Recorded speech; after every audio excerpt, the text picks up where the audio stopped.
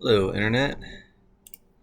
So this is going to be the kickoff video for my reading my book to the Internet called Judging Jesus, a Secular Humanist Perspective by Ben Schultz. And some acknowledgments. I'd like to thank all the people who helped my understanding of early Christianity: Richard Carrier, Bart Ehrman, Hector Avalos, Dale Allison, and many others. They don't all agree with me or each other or necessarily even like each other, but they all have had profound influence on my understanding of these issues, and they deserve credit. This book is dedicated to the lost soul out there who most needed to hear it when everyone else was gaslighting them. The religious and secular worlds are most often awful on these issues in a multiplicity of convoluted ways, and I feel your pain. I appreciate everyone who takes the time to actually process all that I have to say on the topic of the ethics and teachings of Jesus. It's taken me over 10 years to complete this book. I spent a lot of time trying to polish it off to perfection, knowing that inevitably I will be getting some things wrong. So I'll fix any errors that come to my attention. I appreciate any genuine offerings of helpful information, evidence missed, and arguments not considered. So here we go. Introduction. Let's get something out of the way. Jesus expects us to judge him. Modern Christians, in my experience, are typically opposed to critically evaluating Jesus' words and deeds for quality content. It is quite bizarre. More words are so often wasted defending their right to be uncritical than it would actually take to defend a view that presumably they themselves have to actually live by. One wonders what in the world they tell themselves when they drop their defensiveness. Ironically, they have to explicitly disregard what their own moral authority commands on the topic in order to maintain that intellectually irresponsible poise. Don't forget there's a step 2 to even Jesus' admonition to pull the plank from your own eyes before we then proceed to make a correct judgment.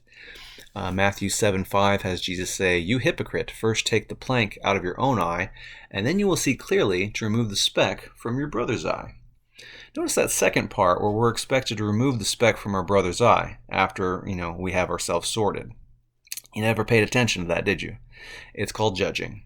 The judge not lest ye be judged bit seems to be a heads-up warning to monitor your own hypocrisy, which, makes sense. It's not to not exercise any moral judgment.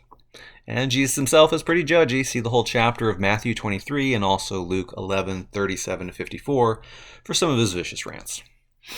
And more specifically for our purposes here, John 10:37 has Jesus bluntly say, "Do not believe me unless I do the works of my Father." And Mark 13:22 and Matthew 24:24 have Jesus say, "For false messiahs and false prophets will appear and perform great signs and wonders to deceive, if possible, even the elect."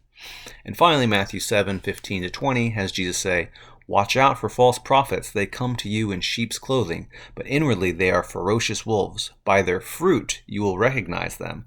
Do people pick grapes from thorn bushes or figs from thistles? Likewise, every good tree bears good fruit, but a bad tree bears bad fruit. A good tree cannot bear bad fruit, and a bad tree cannot bear good fruit. Every tree that does not bear good fruit is cut down and thrown into the fire. Thus, by their fruit you will recognize them."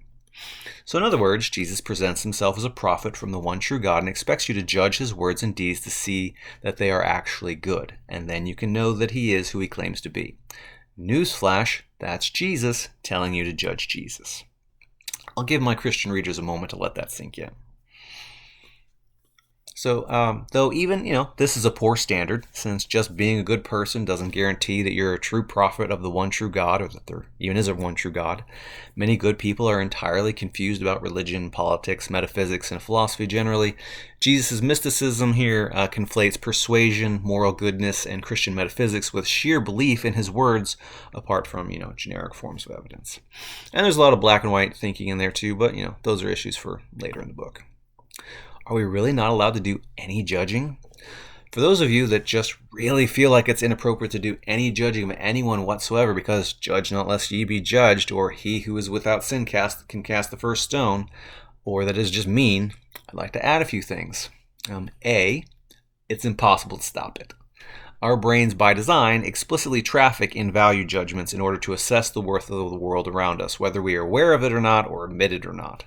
So if Jesus really is asking us to stop being judgmental, he might as well be asking us to quit breathing or to cease basic brain functionality.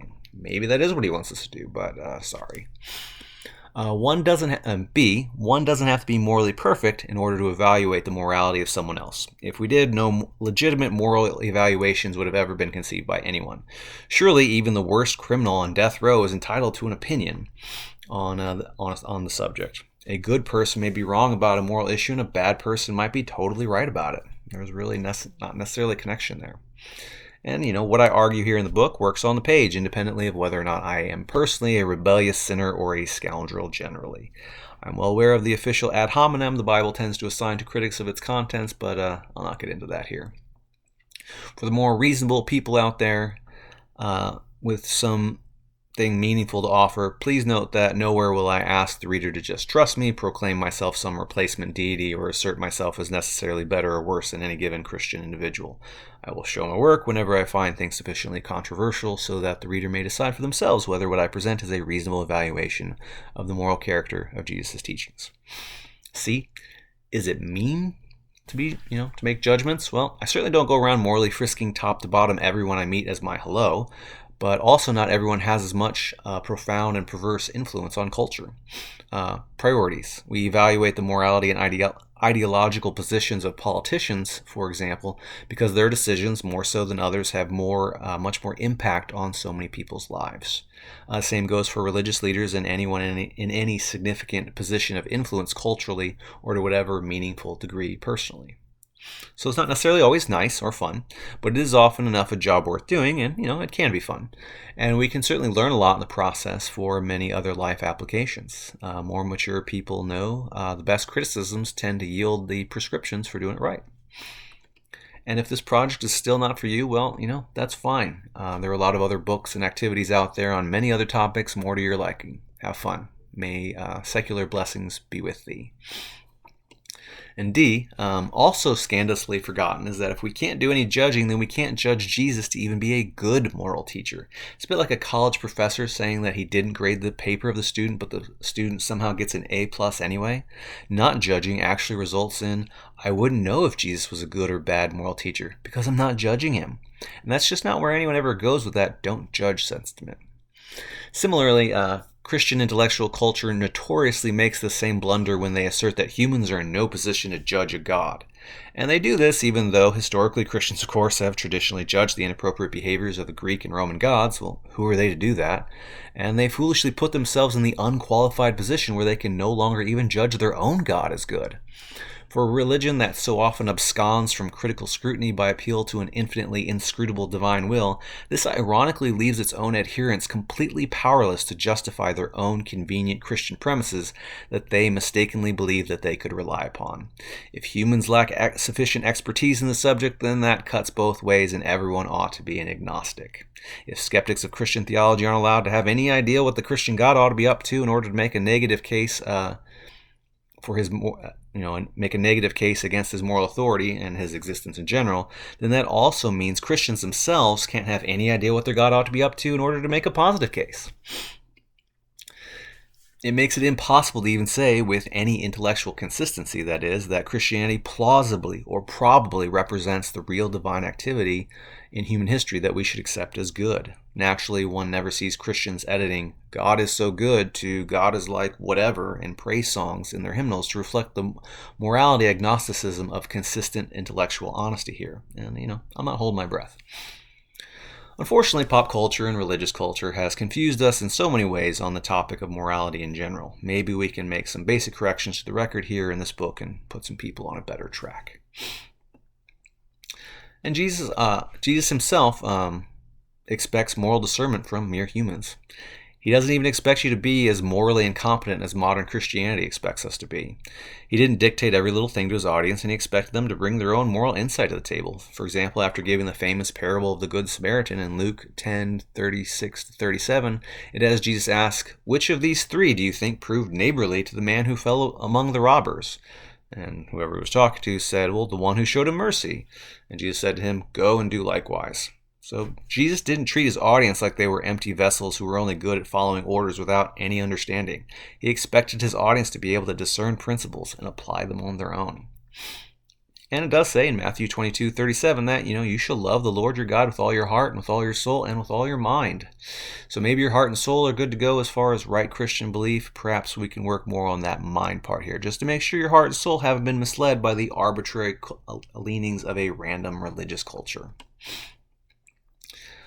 And a Christian's general intellectual responsibilities. If Christians still want to maintain their firewalls and be disengaged here, not to mention disingenuous, like none of this matters to them, I have to remind them that these are real issues that they have to grapple with and understand.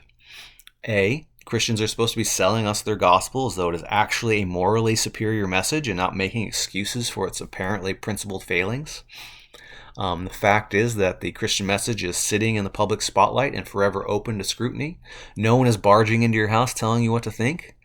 Thanks to the Great Commission in Matthew 28, Christians are forever in the philosophical salesperson position. You're going to want to know your product. It's also a terrible cop-out for advertising their gospel by saying, sure, most indications show that biblical Christian morality is outdated, flawed, cultic, and or evil, ancient human morality with a fake divine seal of approval, but just accept it anyway. B, Christians have to know what to tell their children when they ask the tough questions. Children don't always accept because I said so or because God said so answers, and piling those on can be a good way to compel them to go seeking alternative perspectives more suitable to their interests. Given most children nowadays have the internet at their fingertips, this can be a serious problem for religious parents who are leaning way too hard on being the only authoritative voice in the equation. C, Christians have to know what to tell new converts to help them understand exactly what they're getting into and how to apply it. Reasonable, practical understanding may be required to make any given new Christian feel confident they are actually following what the Bible says and means. D, Christians have to know what to tell struggling Christians who genuinely want to believe but have the very same doubts that outsiders have. There may be many critics of Christianity who don't want Christianity to be true for less than honorable reasons, but additionally there are of course critics who do want it to be true and can't accept it, as well as self-identified Christians who want it to be true and have trouble accepting it. E, Christians have to know what to tell their congregations in Bible studies in order to prepare them to confront a whole world of people who disagree with them, i.e., people like me. If you can't articulate a robust and hearty knowledge of this material, what in the world are you going to tell your fellow Christians who may well engage in these debates? F, Christians have to understand the principles and concepts behind the moral commands to apply them in other contexts, because not every moral issue is covered in the Bible. One cannot just explain everything away, since it all has to be plausibly and consistently lived by real people who are up against the vast spectrum of circumstances that this life presents. G, Christians have to know how to convince the Christians of different varieties that their heresies are incorrect understandings of their faith. This one especially requires all the tools we'll be using here, since the Bible says so doesn't work with someone who happens to think, well, the Bible says otherwise. Reading comprehension, historical context, and evidence and argument to the better explanation are the only tools you'll have in that debate. No one is going to care about your feelings, your personal testimony of Jesus, or whatever your youth pastor says. If one type of Christian may suppose that another type is simply spiritually confused in their justifications despite their claims of confidence, then the same goes here. You just have to have the best argument. And H, Christians probably might want to know what the heck they believe and why, so that when push comes to shove, they have something to tell themselves. Uncritical appeals to a divine authority don't plausibly cover this normal life terrain. You might want to actually step up to the plate here. So if you don't, or claim it can't or shouldn't be done, you're just outing yourself as irresponsible, even in terms of your own worldview, because you've dropped the ball in each of these obviously practical moral life categories. And we will stop there.